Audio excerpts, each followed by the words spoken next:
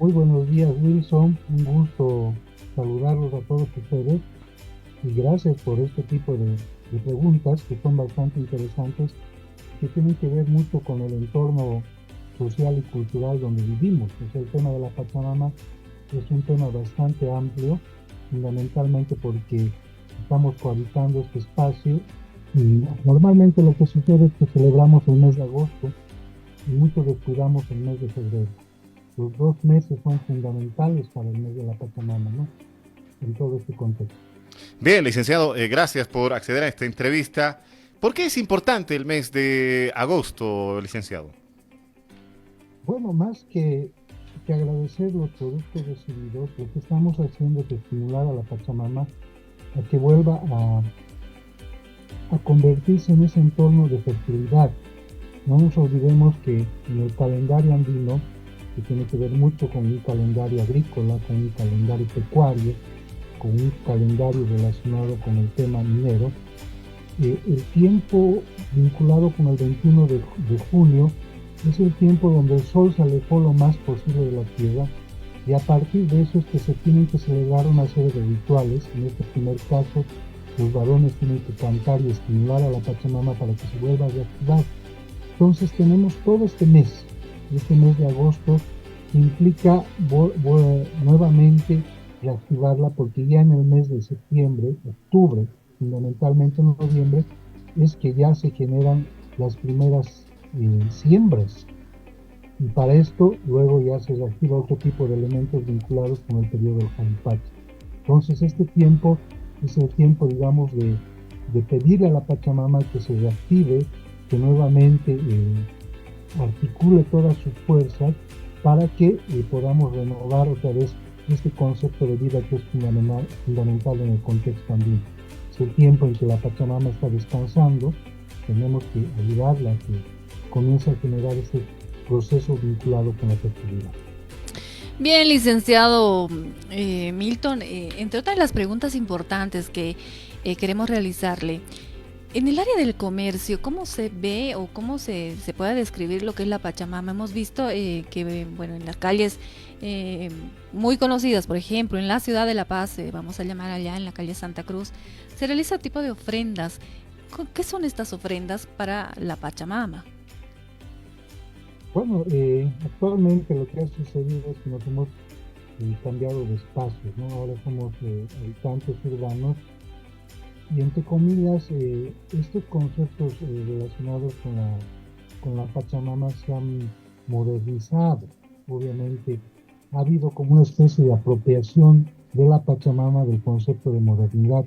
Por eso ahora, por ejemplo, lo que pedimos es que nos vaya bien hacia el futuro en los negocios, en el comercio, en el transporte, en nuestra vida familiar, en nuestra salud, etcétera, etcétera. No olvidemos que hemos hecho un traslado de estas ritualidades rurales, donde era fundamental este tema de articular la Pachamama con el tema agrícola. Ahora ya estamos como cambiando y transformando este tipo de ritualidades. Lo que nos ofrecen en el comercio y en la calle donde se generan ese tipo de mesas rituales son mesas fundamentalmente para la Pachamama. En algunos casos son mesas blancas, en otros casos con mesas de colores que tienen una serie de virtudes, ¿no? Hay, por ejemplo, están vinculados los misterios, hay la presencia inclusive de la imagen de la Pachamama en diferentes tipos de perspectiva, y estos son los que son indicadores fundamentales que nos van a permitir saber si hacia el futuro nos va a ir bien en todo lo que estamos celebrando. Pero, y vuelvo a recalcar fundamentalmente este tema, estamos celebrando todo el mes de, de agosto, y esto lo tenemos que renovar también en el mes de febrero, cuando en el mes de febrero también es otro mes de la Pachamama. ¿Y cómo se entiende este tema? Ahora, por ejemplo, en el contexto local andino, para la fiesta del 6 de agosto celebramos lo que es la Virgen de Copacabana, que también se celebra en el mes de febrero. La Candelaria se celebra en el mes de febrero, que es la misma Virgen de Copacabana. ¿Qué es lo que sucedió en el periodo de colonización? Se trató de generar una dinámica que está relacionada fundamentalmente con encubrir estas manifestaciones rituales vinculadas con la Pachamama con la presencia de la Virgen de Copacabana u otro tipo de vírgenes, porque en este mes hay varias vírgenes, está la Virgen de las Nieves, por ejemplo, cuya fiesta es el 5 de agosto, está la Virgen de la Asunción, cuya fiesta es el 15 de agosto.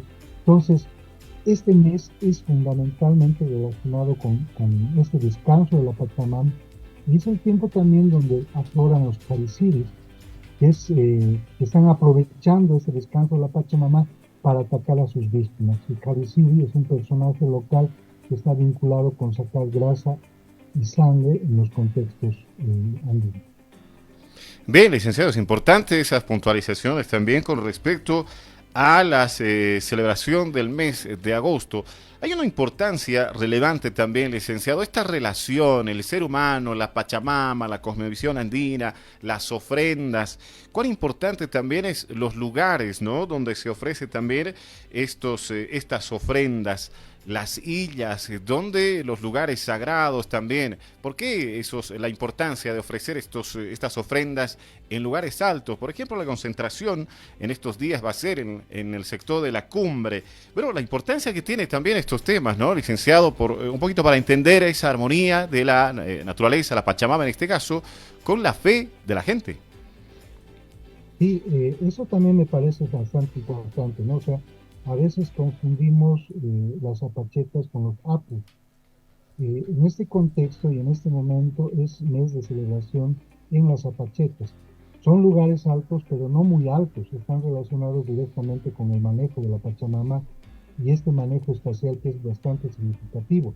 Hay otros momentos donde se celebra los apus, que son los acachilas mayores, ¿no?, que sería el Limán, el Illampu, el Huayna Potosí. En este momento estamos articulando toda nuestra celebración con este linaje vinculado con lo femenino. Y esto es bastante importante, por eso cuando vamos al camino de Oruro, no es pues un espacio súper alto, la Pacheta, que ya se ha vuelto en un espacio donde hay la presencia de yatiris y tamancanis, ¿no?, sino es ese espacio intermedio que nos acerca mucho más a la Pachamama y nos permite articular nuestra relación con este entorno.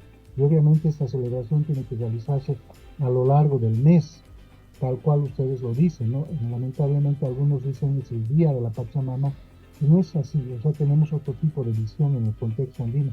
Nosotros tenemos tiempos de celebraciones de periodos largos, no de periodos cortos, y obviamente en este periodo largo que está vinculado con este mes, tenemos este tipo de actividades que se van a celebrar. Y obviamente en otros lugares se hace mucho énfasis de que a partir de este mes, los primeros viernes de cada mes, hay que celebrar y agradecer todo lo que se va a pedir y luego recibir de la Pachamama. Bien, licenciado Milton, otra de las preguntas que, bueno, a menudo nos realizamos, y aquellas personas que bueno, son incrédulas, le vamos a llamar así. Estas ofrendas que se realizan hoy en día ha cambiado bastante. Sabemos que también usted es licenciado de la Universidad Mayor de San Andrés, pero de este tiempo ha cambiado la palabra sulus. Hoy en día bastante hermetismo existe en esta palabra, porque usualmente en los rituales así, mirando un poquito más a fondo, los sullos son aquellos animales que no terminan de nacer, que se realizan la ofrenda en estas mesas rituales. Pero hoy en día se ha visto, y también es noticia internacional, que se pueda ofrecer esto mediante las construcciones en edificios, como a personas, por ejemplo, lo llamemos así. ¿Esto es verdad? ¿Ha cambiado de esta manera? Bueno, en el periodo prehispánico habían enterramientos de altura y sacrificios de altura. Hay, por ejemplo, una famosa momia que se llama Juanita, que se encontró en el norte argentino, con la frontera con Chile. Y obviamente esto tiene que ver mucho con los sacrificios que se hacían de los niños que se llamaban los papacochas. Y obviamente se celebraban fundamentalmente cuando habían periodos inestables de cambios climáticos. Y esto es muy interesante porque en general se hacían con niños que tenían corta edad, ¿no? 7, 8, 9, 10, 12 años aproximadamente. Y algo fundamental dentro de la percepción del contexto andino es este concepto de super, ¿no? O sea, la pregunta que usted me lanza es muy compleja, ¿no? Porque nos está hablando de otro tipo de elementos que están vinculados con el concepto del super. Actualmente para nosotros el concepto de super está relacionado principalmente con el diablo, pero esa es una significación actual. Eso es lo que interpretaron los españoles al momento de llegar a este contexto, en este programa de explicación de idolatrías que tenían. Pero ¿qué significaba el término supay antes de que lleguen los españoles? El término supay tiene varias connotaciones, entre ellas están los muertos, son los viejitos que están a punto de morir, son las almas que nosotros tenemos, una de las almas, y supay también está relacionado con ese término que manejan probablemente en algún momento a ustedes, sus papás o sus mamás o las abuelas, abuelos les dijeron, ¿no? Supayocaya, supayinilla, no en un término despectivo como lamentablemente ahora se maneja, sino vinculado fundamentalmente con ese concepto de que tú estás saliendo del Manjapacha, del Ipupacha, de ese espacio donde habitan los muertos y estás volviendo a resurgir para renovar la vida. Entonces, obviamente, estos personajes eran fundamentales en el periodo prehispánico y por eso habían este tipo de sacrificios. Actualmente lo que se ha hecho es transformar y cambiar la presencia de estos enterramientos o sacrificios de altura por la presencia de fetos de llama, fetos de oveja, fetos de chancho, que también tienen diferentes connotaciones en el contexto local. En general, actualmente en nuestro espacio se pide que sean fetos de llama, ¿no? Y lamentablemente lo que se hace es transformar de forma engañosa los fetos de oveja, se les va estirando los cuellos para que parezcan un poco más a los fetos de llama como tal. Ahora, bien han habido sacrificios de enterramientos en construcciones civiles. Esto hay que profundizar un poco más en investigación, ¿no? Porque también en el siglo II, en el siglo III en Europa se hacen este tipo de enterramientos antes del descubrimiento o de la invisibilización del continente americano después de 1492. Es un tema que debemos seguir trabajando. Aparentemente tiene que ver más con una visión europea del enterramiento en construcciones civiles nuevas que una visión local relacionada con este entorno. Bien, son importantes puntualizaciones, licenciado, conocer la significancia también de esos elementos a lo que usted hace referencia también, claro, con la aplicación de los estudios, con el pasar del tiempo también algunas situaciones han empezado a modernizarse. Bien, queremos agradecerle, el licenciado Milton Eizaguirre, por darnos estas importantes pautas también, esta información necesaria para que la gente vaya comprendiendo también la magnitud, la importancia de este mes de agosto. Bueno, no solamente tiene que ser el mes de agosto, sino también el mes de febrero, que son los meses donde la Pachamama recibe precisamente ese agradecimiento por todas las bondades recibidas. Gracias, licenciado Milton Eizaguirre, antropólogo. Será hasta una próxima oportunidad. Bueno, les agradezco mucho por la cobertura, pero hay que terminar de entender algo, y ustedes son comunicadores sociales. Este tipo de relaciones con la Pachamama tienen que ver con una comunicación con su entorno circundante. Es decir, el ser humano deja de ser importante, porque normalmente lo que nosotros hacemos es comunicarnos con los seres humanos y pensamos que la comunicación con nuestro entorno natural no es significativo, esto por influencia de la percepción ontológica europea.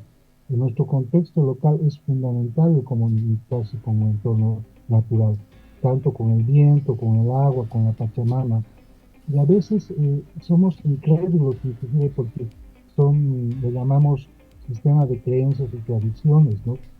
Costumbres y tradiciones, cuando tiene una connotación mucho más potente y está relacionado con las relaciones de física cuántica, es decir, lo que hagamos nosotros impacta también en nuestro entorno natural. Y esto es fundamental entender. O sea, hay que analizarlo desde otro tipo de nivel científico porque tiene mayor impacto. Les agradezco mucho, Wilson y Giselle, por la entrevista.